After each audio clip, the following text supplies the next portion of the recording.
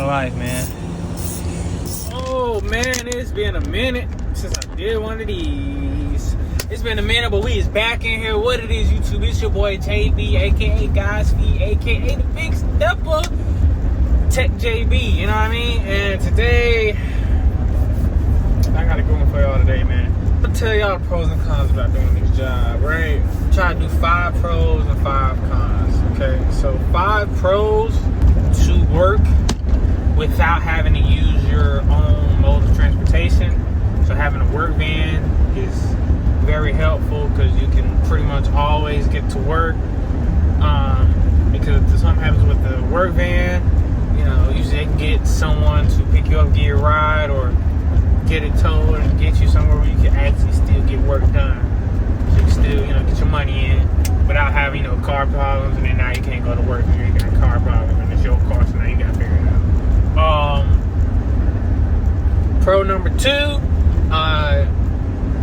they pay for you to learn. They pay for your training. You know, you get pretty decent benefits, you know, like health, dental, all that kind of stuff, insurance, all that kind of stuff, right? But main thing is, they pay for you to go to school so you can level up without having to come out of your own pocket. You don't necessarily have to go to like college in order to level up, or go get extra training outside of West Frank Street. Outside of you know, getting your company to get training. You can, which could be helpful. So, you know, I did a trade school for a year before I did this, and then I wasn't necessarily trying to get into this field, but, you know, the fact that I had that baseline knowledge is very helpful. So, I mean, it's always good to, you know, knowledge, because you can always apply it, because stuff is always changing in this field. It encompasses a lot of different trade skills, and having a vault of knowledge to turn to is helpful. But you don't have to go out on your own and pay for your own school and none of that. You can just Turn left get onto all your West Frank training Street. really from the company. They pay to go training, get your per diem and all that kind of stuff. Third thing, yeah, I will say you got pretty good job security with this job, because it's something that is not well known right now. Hopefully after my channel, more people might know about it, but it's not that well known right now, and it's a very much needed job. You know what I mean? Petroleum and gas is like one of the biggest, most lucrative markets to be in. The price for some of these parts and the amount of money they make just from selling gas alone is mind-boggling. So having a foothold in this industry, having value in this industry can take you a long way, because it's something that is pretty much a necessity until, you know, electric cars come into full effect, which I don't know I'm not confident that will, you know, be something that's really pushed in the future until, you know, way further down the line. So that's for the foreseeable future. This is a very steady, very secure job. As long as you don't do nothing crazy, do nothing stupid, you know, you'll be alright, you know. And they work with you. Your hours are flexible. You can kind of work at your own pace, work at your own schedule, pull overtime whenever you need to. Wow, I'm getting ahead of myself. You know, unless you're with like a smaller company, it may vary. I'm with a much bigger company. So if you get with a bigger company, usually they have a decent amount of work. There's busy seasons where you get really, really busy, where you're kind of pulling overtime just to clear your board for your calls that day. And then, you know, then there's times we don't have as many calls, so then you can call dispatchers or call people, send out your calls and see, hey, I got some more calls, y'all need me to do or whatever. And usually they have some more calls you can do to pull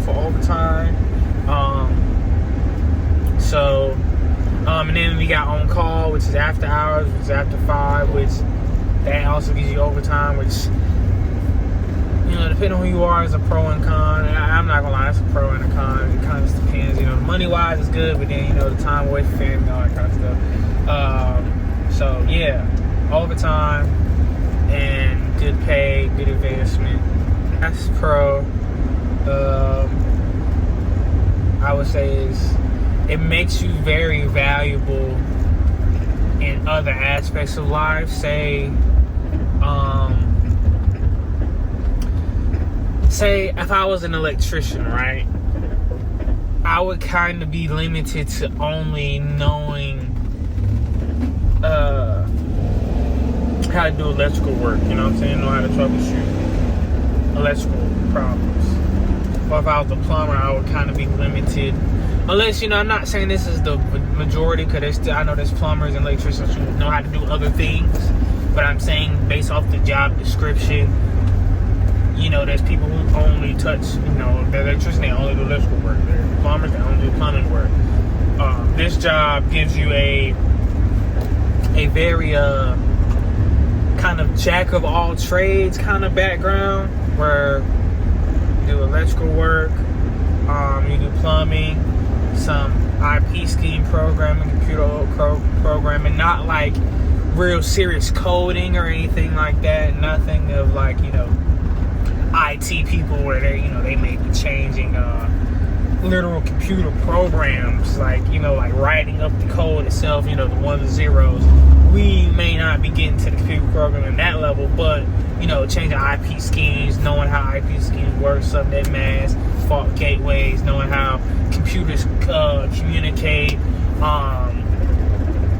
You know, we still do change programming in computers. So, you know, a computer may run this kind of program, you need to load it with this kind of programming, you know, that kind of stuff. So we still can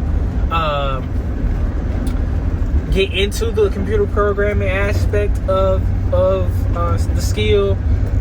You can delve deeper into it. That's why I say it's good, because it kind of is up to the individual or how deep you want to go, because you do have to do computer programming anyway.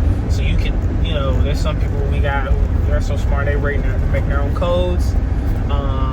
You know, some people are just better at electrical work, some people are better at plumbing, but you're kind of going to have to be well versed in all these aspects, because you're dealing with gasoline, which is hydraulics and pneumatics. So you're going to have some type of plumbing expertise or knowledge, because you have to work on it. You know what I mean? So with that, you're just going to have to work on that, on those type of systems, because it's pumping out gas. And then for electrical, you know, a lot of electrical work, because, you know, everything runs on electricity. So you're doing a lot of troubleshooting with multimeters and sensors and wires and electrical components inside the actual dispenser itself. So you do have to get pretty well versed in understanding how to use a multimeter and doing electrical troubleshooting, which that is pretty good. Well, because say you don't want to do this forever, you know, you have these skills now that you can translate to doing your own business, or you could, you know, go to any other trade for the most part, and you have some experience. You know what I mean? If you was doing like refrigeration or whatever, you know, you still have that experience of working with, you know, piping and all that kind of stuff. You know what I mean? Maybe in different applications, you may not do soldering, like I know brazing and stuff, and HVAC is big. You may not. We don't necessarily do anything like that, because working with gasoline is flammable, but we still do piping. We still do piping, you know what I mean? We still do plumb work. So it's little things that each individual trade has, but this one I feel like it's kind of like an all-encompassing thing that you have to know how to do multiple things, right? So that is the pros that I can give you off the top of my head that comes with working as a service technician in the petroleum industry. Now, some of these also are based on, I would say, disclaimer, some of these are also based on where you work at. So if you got some companies that they don't do all the like changing out meters and all the plumbing work and stuff like that. My particular company, we do everything. From working on the POS to the dispensers to the STPs to the probes to the DF tanks. We got divisions that put in tanks and everything. So we pretty much do everything. So you're kind of going to see pretty much everything, every aspect of it. We got electricians, so I work side electricians and help them troubleshoot, or I actually do troubleshooting in the field myself. So electrical troubleshooting in the field myself. I also do plumbing troubleshooting myself, or with other people, with putting in tank gauges and not tank gauges, putting in gauges, seeing pressure drops and seeing if I got a leak here or there, or that kind of stuff. So that is something you can also look at as well. Yeah, those are 5 pros. Now the 5 cons. Alright, con number 1, I will say is if you don't like the smell of gas, it's going to be a problem for you, because especially diesel, your work clothes are always going to smell like gas, always going to smell like diesel. You're going to get home from work and you're going to have to take a shower immediately, because you're going to smell like gas, you're going to smell like the job. And so that's one side I don't really like about the job is gas, man. You get used to it. I will say, coming with the territory, you get used to it. It's really not that bad. You kind of stop smelling after a while. I don't know how healthy it is being around gasoline that much, so that's why I try to make sure I live a very healthy lifestyle, just me as an individual. But now the fact that I am working in this industry, I don't know 100%. Second one, I will definitely say this depends on the kind of person you are. Could be long work hours, a lot of traveling as far as driving from call to call. Like I said, it also depends on the company you're working for. The bigger the company, usually the more technicians you have. The more technicians you have, the less driving around you have to do. And even with the big company, depending on which branch you go to, say like my branch is a bigger branch in our big company, so we have more technicians in our branch, but other branches have less technicians, so they have to do more traveling. You know what I mean? So that plays an aspect in it too. But regardless, you're still gonna be traveling, even if you have a lot of technicians. You still be traveling around doing different stuff. So regardless, you're still gonna be doing a lot of moving around on the road a lot. So if you don't like driving, you don't like traveling, or you don't like a lot of hours, you kind of want people just 8 to 5, you can do that, but it's gonna be hard because sometimes you get caught up on calls that take long, and then you just end up being out there all day. So if you're someone who doesn't like to work, I wouldn't advise you to take this job, just because you're gonna have to put in effort to there's some days where you're kind of gonna have to be out there for a while. You have to be out there all day. But they pay you for it. It's not like you're not getting paid for all the work you're doing. At the next light, turn left. I've never had an experience where you can't clock in for certain things.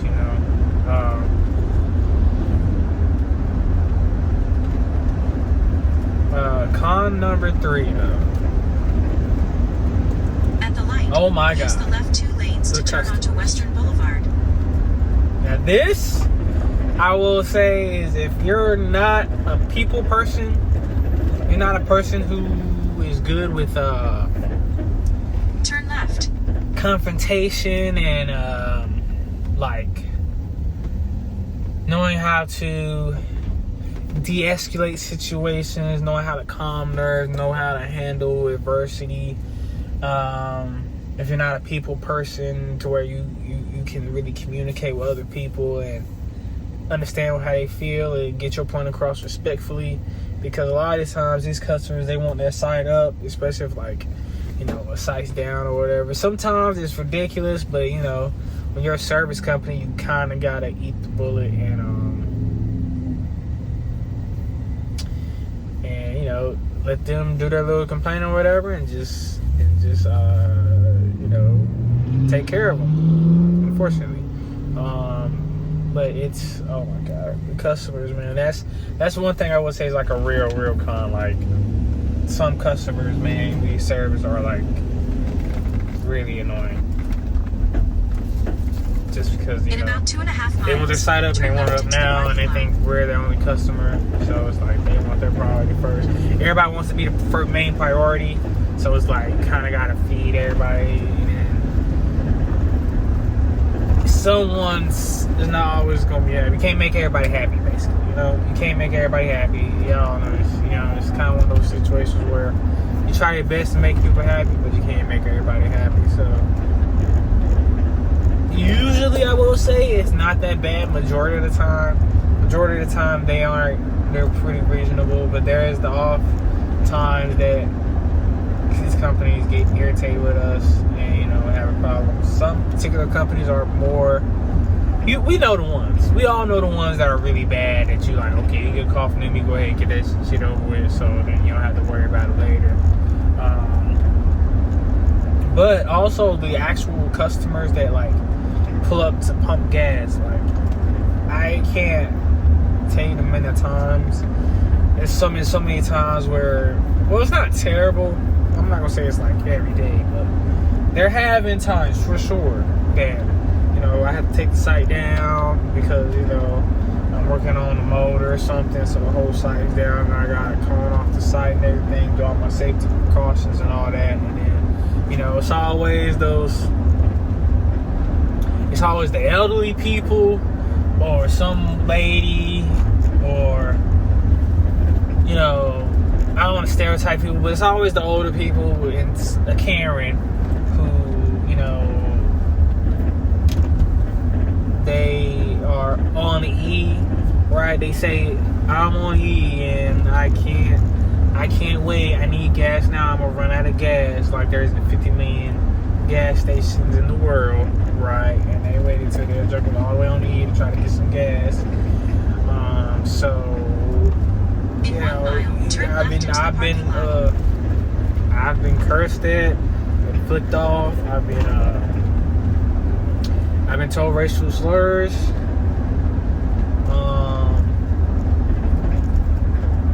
Yelled at, you know. Yeah, you know. People get crazy. These people get crazy when they can't get some gas. I tell you, it's pretty crazy. And then they don't pay attention to where they're going sometimes. So it's like, man, it's like you gotta also watch out for customers as far as, you know, them. If you trying to work on a certain dispenser and they don't see you, then you gotta work with them hitting you. And man, customers, man, are just, the companies aren't that bad, but the people there usually, and it's not everybody, it's just very particular, very certain people, and then those certain people are like really bad. You get what I'm saying? Like the people who are bad are like really bad. Like, oh my god, I can't get no gas right now. Dude, I can't, you know, that kind of thing. And it sticks in your mind, you know. It's negative, so it sticks in your mind. And I will say for the vast majority of the time, I don't really get those problems. Also depends on where I go. If I'm in the trenches, it's a little different than when I'm in the suburbs. You know what I mean? Just take that with what it is too. Now it also depends on where you working at, where you are that day. I know certain sites, you know what I mean? I'm not wearing my chains. I'm not wearing my jewelry. I'm gonna put my jewelry up. I'm gonna keep my knife on me. You know, I'm not looking for no problems, but I just keep my head on the swivel. You know. And then you got those sites where, you know, you can walk around with the chains on, do what you want to, because, you know, you ain't really got to worry about that. You know what I mean? It's just like life, you know. And it's a gas station, so it's not like most places Stay in the second lane from left. that are heavily regulated and heavily guarded or heavily watched over, looked at. The next one. Turn man, left. these gas stations, sometimes there'll be one person At the light, who works Turn there left into the parking lot. at the gas station. All right, y'all. So enough of the talking about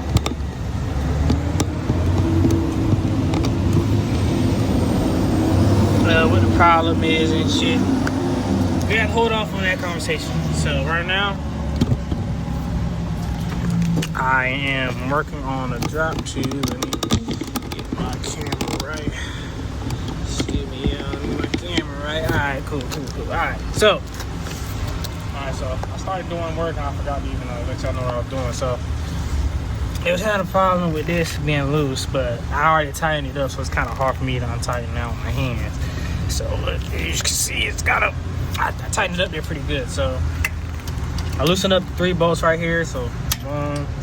Now we're gonna take this bad boy out. See, the problem is I'm not sure if I'm gonna be able to take it out without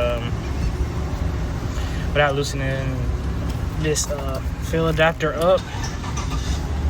I gotta check the gaskets to see if it's gonna be a problem or not, but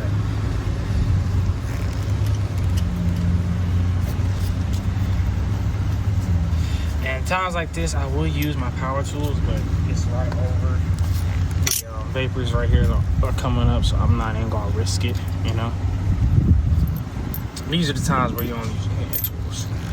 Alright, and this part comes up like so. Kinda gotta take my glasses off, so you kinda gotta like wobble it back and forth. But I think I might have screwed myself.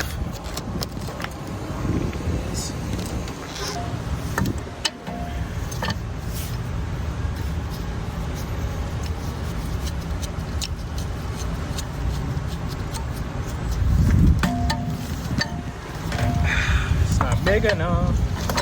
Oh man. Yeah, I might have myself. Oh, we got it. There she go. Whew. So I gotta worry about that. That's made this way easier. So they wanted me to look at the gasket in here, because every time they drop fuel, they get I don't see anything particularly wrong. I guess it looks okay. It looks to be torn. So I'm gonna check this inner part.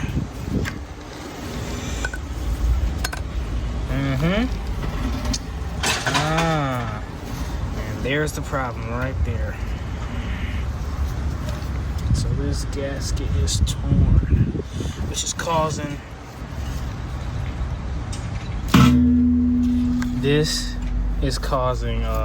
with that gasket torn whenever they drop the fuel in right here. So the fuel goes down, and with that tear, which will be in between here, is letting gas leak out, which is filling up the drop tube with gas. So we're gonna pull this up.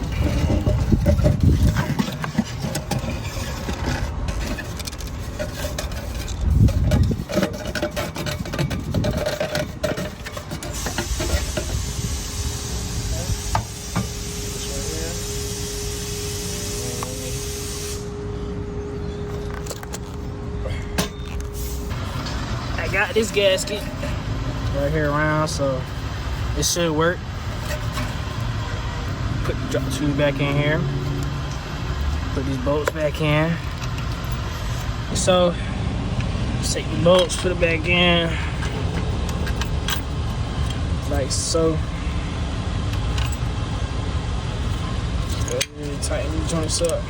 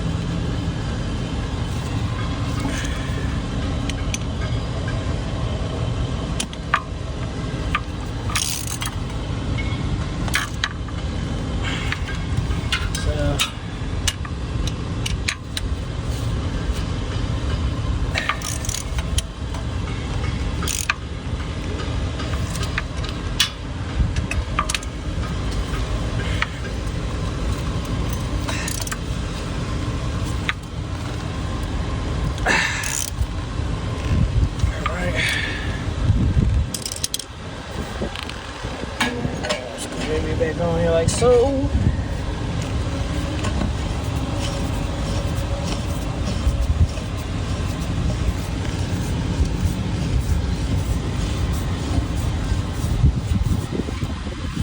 oh boy, that dog almost got me. Got cat-like reflexes.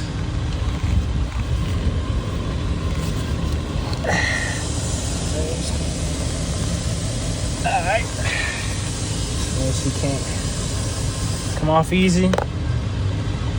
And it should be good to go. Oh, let me thumbs up.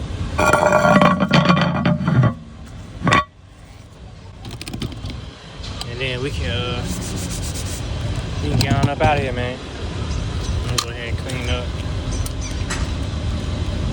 Get on up out of here, do my thug fizzle. Let them know. Take that gasket. It should be good to go. Let's see how we get back in the car, man. And talk about I think it's the last con. I gotta give y'all one more con on this job.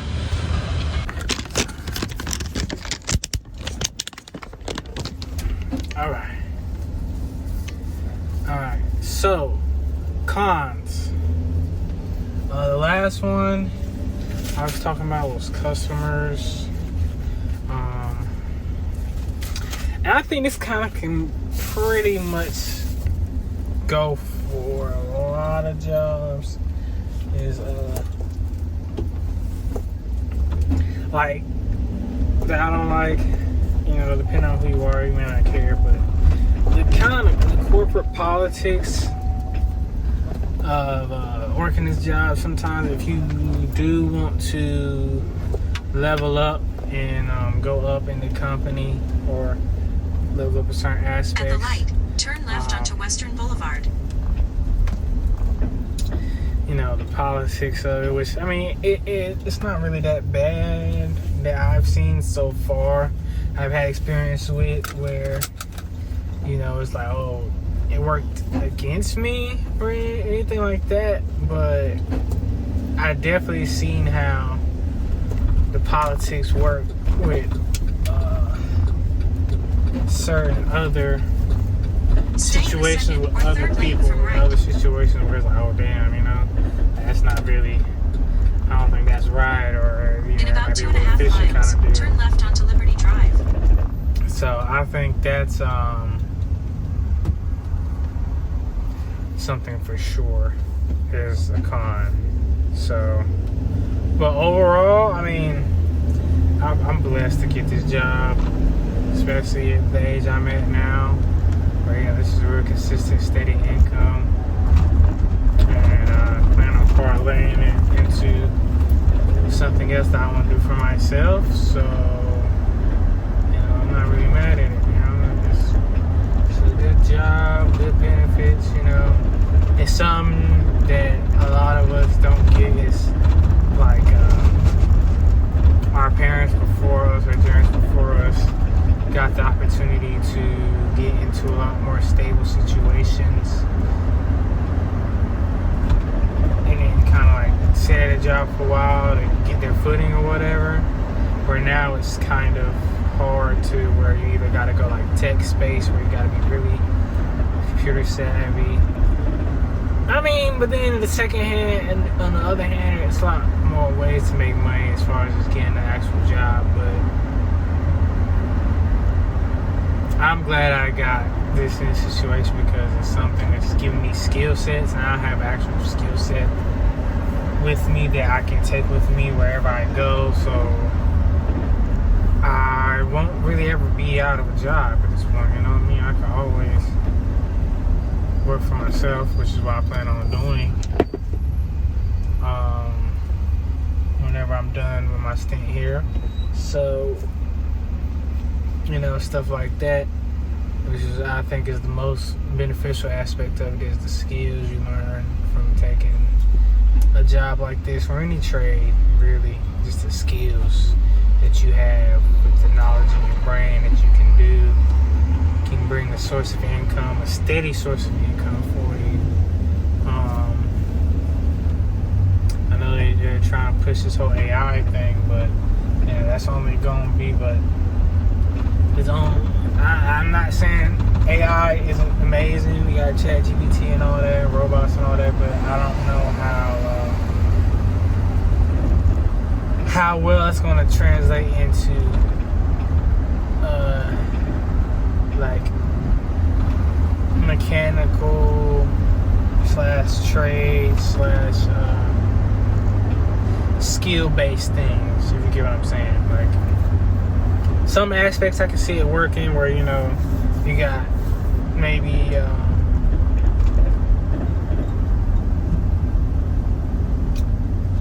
computer maybe doing like surgeries and stuff like that. I've seen things where they've done that with robots. I can see how that works, because for the most part, if you're doing surgeries or stuff like that, the body's pretty much the same. You know what I mean?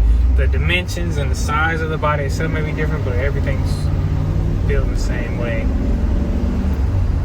I think it'd be hard for a robot to necessarily step in this field, particularly, and change, just because each site isn't the same. In 1 mile, turn left onto Liberty Drive. And being able to identify and figure out where everything is, I don't know how well the computer would be able to adapt. That's the word. I don't know how good the adaptability of the computer would be. I know maybe over time it would get better, you know, as it learns more. So maybe it could work to where if you feed it certain information, it could kind of have a head start and then slowly, gradually start to pick up on other things.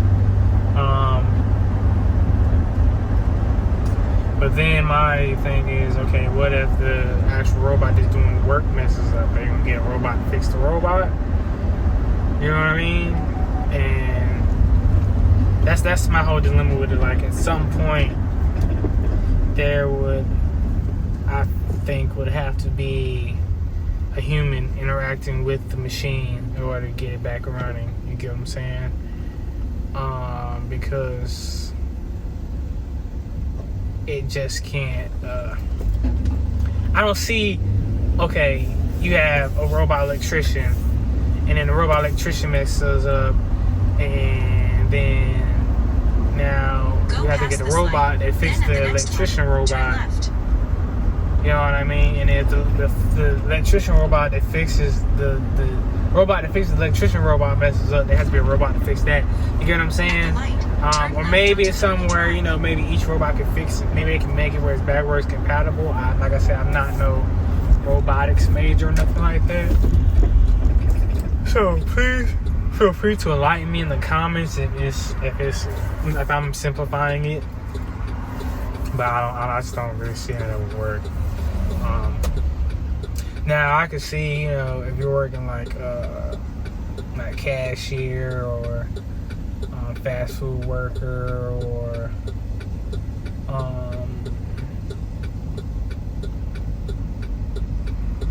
your office, even like maybe like an office employee, you know, as far as maybe like an accountant or some shit, like maybe like a numbers cruncher or something. In half a mile, turn right into the parking lot. If you're like someone who has to like,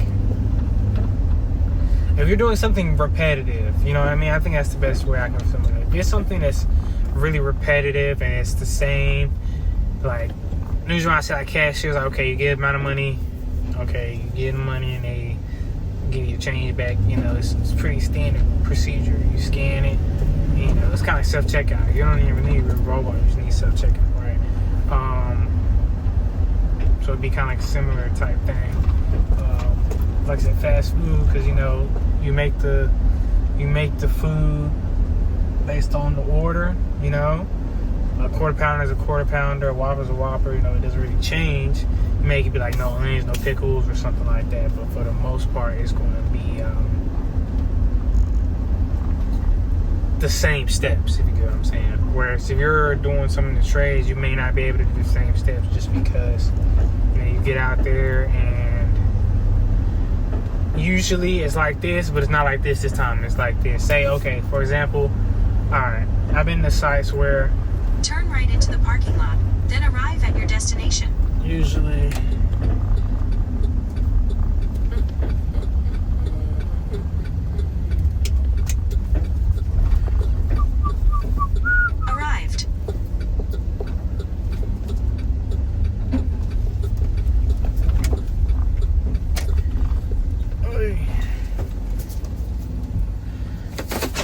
usually you get there and it's like, I'm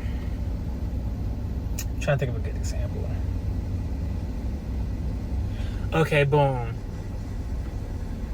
Say you go to a site, and you may not understand what I'm talking about, but I'm gonna try to keep it in layman's terms. Say you get to a site, and most sites, right? Most sites run with relays, which is a contactor. Basically, just keeps the circuit in open loop until you want to pump gas, and then it closes the circuit, therefore letting the power or the electricity run to the actual STP that's in the ground, the motor that's in the ground. It's a turbine, right? And it goes like this. And say this is the tank, right? Or this is an example, okay? You take this bottle of water, swish it up like this, right? Now, the turbine is going to swish up the water, but it's going to send it up, right? So it's going to push it up. So it's going to push it up into the piping and all that. The electricity is going to, when that electricity is gone, it's going to stop pushing, and the liquid's just going to sit there, you know, and it's just going to sit in the piping until it's ready to get pushed through again, or the motor's activated and it pushes the liquid through the piping again. So you get to a site that, you know, most sites usually have contact or relays. You get to, you know, say you get to a specific site. I've been to sites where they don't have relays. So if I'm at this site now that doesn't have a relay, now I have to, with my experience, know, okay, I have to look for the motors and the like the electrical relay, electrical cabinets. That's where electrical cabinets, and look in there and see where the motor's hooked up to, and test with my multimeters by checking voltages and all that, just to make sure I'm on the right one. You know, stuff like that. There's a quick scenario where, mind you, that could be one specific grade is down or a whole site is down. So you can't really waste a lot of time. You got to kind of like really be on the move, but you also got to be accurate to what you're doing. You know, you don't want to misdiagnose it. You open the site back up and it's not working. Now you got to close the site back down again. You got to get all the people off the site again. It's a hassle and it takes a lot of time. It's very time consuming.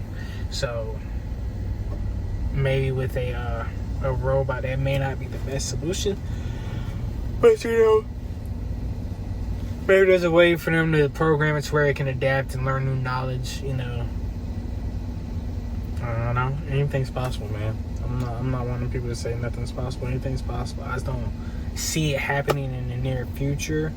But hey, if they do happen in the future, if it does happen soon, then hey, I guess I'll be out here just learning how to be a ninja or something, man, and I'll be out of work. So,